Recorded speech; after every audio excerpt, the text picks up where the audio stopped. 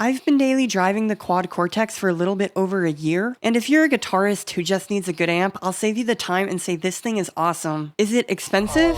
Yes. But when compared to the price of a decent tube amp and a full pedal board, it no longer looks like such a bad deal. I traded my tube amp and sold all my pedals when I got this thing, and I don't regret that decision yet. Despite being more expensive than its competition, I think the Quad has earned its reputation of being the best of the best. But with the advent of open source amp modelers and Linux gig boxes, it's gonna take more than a Tim Henson endorsement for Neural DSP to stay king of the hill. This video is kind of a review, but more so a think piece on how Neural DSP could reclaim the crown and shape the future of the DIY recording industry. The Quad Cortex is annoyingly close to being something so much more than an expensive toy for hipsters. Let me explain. I first encountered the Quad working front of house for the concert venue at my college. The venue is quite small, so we usually didn't mic the guitar amps. For most bands, the kick and the vocals were the only things we'd mic. If the bands insisted they needed more mics, I'd plug them in, set them up, and then mute them. Not a single band ever noticed because the amps were loud enough. The main reason I refused to mic the amps was because we had a brutal feedback problem. Most of the time, I would only have 30 minutes to set up between school and sound check. I never had time to properly ring out the monitors, and even if I did, the meat wall of a crowd changed the acoustics so dramatically that the feedback would reappear the second the show started. The first band I ever encountered with a Quad had both of their guitars running through it. Stereo outs directly into the soundboard. It was the best sounding concert we had ever had. I didn't need to worry about the cymbals bleeding into the guitar mics, or the guitarist turning their amp up to 10 after the first song, or the myriad of other classic DIY venue problems. It was clean, easy, and sounded fantastic. That's when I learned that the Quad solves 90% of the issues that DIY venues and independent recording artists face. For example, tube amps only sound ideal when pushed up to insane volumes, which just turns the signal into mud when recording in an untreated room. This is one of the main reasons it's so easy to dial in a face-melting tone on your amp, but it sounds like fart juice once you record it into your DAW. By the way, I'm never going to be able to do it any better than what they did. This is just my version. Most side-by-side comparisons between the Quad and a tube amp are recording the tube amp in a treated room with expensive mics going into high-quality preamps. It is impossible to get this quality of recording unless you have access to professional gear. In contrast, running through the Quad eliminates all of those variables. Once you dial in a nice tone, you know for a fact that that's exactly what it will sound like once you've recorded it. I was recently recording a production demo of Jet Set Life by My Chemical Romance, and I realized that my setup, which is literally just the Quad, can fully stand up to a 2004 professional studio. Here's a level-matched comparison between the original mix and my guitar and bass cover with stem-separated vocals and drums.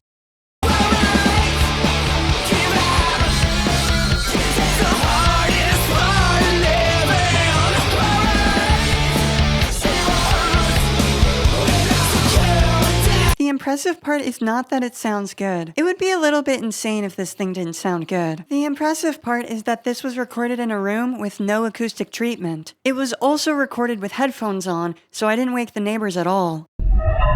The immediate counter-argument is, well, if you're on a budget, why not just use an AmpSim plugin, which I did for many years before I owned the Quad. For any Luna fans out there, I did all of Mina with Amplitude, Guitar Rig 6, and the stock Ableton amp plugins. Amplitude is about 1/10 of the price if you wait for it to go on sale, and it gets about 75% of the quality of what the Cortex can do. But attempting real guitar tracking with Amplitude felt like wrestling a cat. At one point in the tracking process, I paused everything to spend 2 full 8-hour days trying to get a good rhythm guitar tone. I was able to get decent results, but cheaper amp sims all have similar issues. Specifically the high end. Anything above 2K is just non-existent. You can layer it with a DI, but that of course causes phase issues because EQs are dumb. I ended up layering in the DIs, but I put the left DI in the right channel and the right DI in the left channel to avoid phase issues. A fine solution, as long as you don't try and play the album in mono. All of the amp sims I used, without exception, just felt like hacking together workarounds. Sure, I could have dropped some extra cash on more expensive plugins, but if I'm going to be giving Neural DSP hundreds of dollars anyways, I might as well just cough up the full price of the quad. By the time I graduated college and got a full-time job, the album was already 99% finished. So the only part of the album that was done with the quad was the guitar solo in the first section of Dr. Doctor, which of course is by far the best sounding guitar tone on the entire album.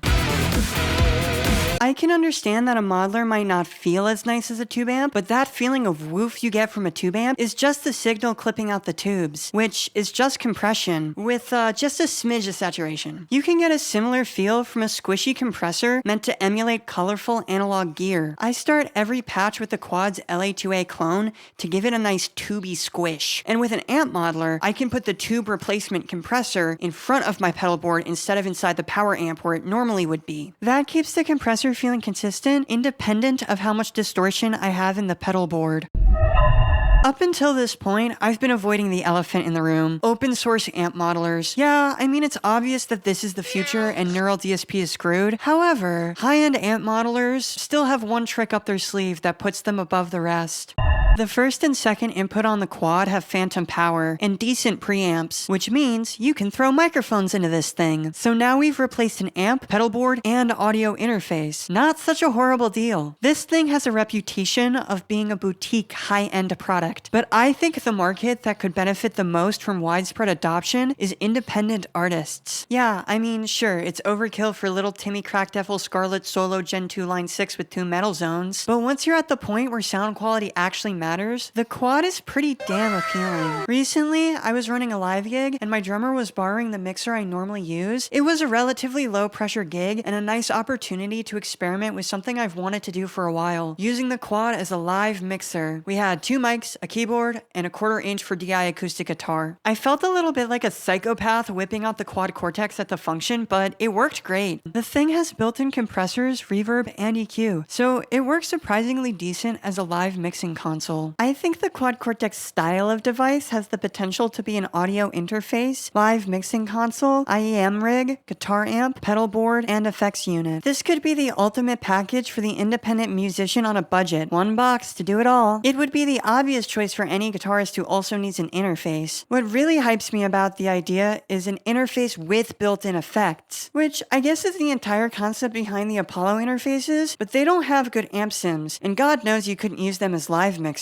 Really, I'd love to see one of the open source options be the first to do it, but I'm not convinced that they could nail the hardware part of it. And unfortunately for me, Miss Quad just isn't quite there yet. She still has to fix a couple of small problems, including, but not limited to, let me use the MIDI port on the back to run a controller into my DAW, add support for 44.1 kilohertz, have some kind of low power mode where I can turn off the screen but not disable the audio. I feel very uncomfortable leaving this thing on for hours, and if I was going to use it as an interface, I'd need it turned on most of the time. Have preamps for all 4 inputs. Adding more inputs would also be amazing. If this thing had 8 preamps, it would be over. Fix the weird routing. Enable phantom power for the 1/4 inch inputs. Enable variable impedance for the XLR inputs. Label the sends and returns as inputs and outputs. Add ADAT support. Add a physical knob for headphone level. Put the headphone output on the front of the device. I mean, the MIDI problem could literally be fixed with a software update. TLDR, this thing is almost usable as an audio interface. Neural DSP, please fix. Thanks.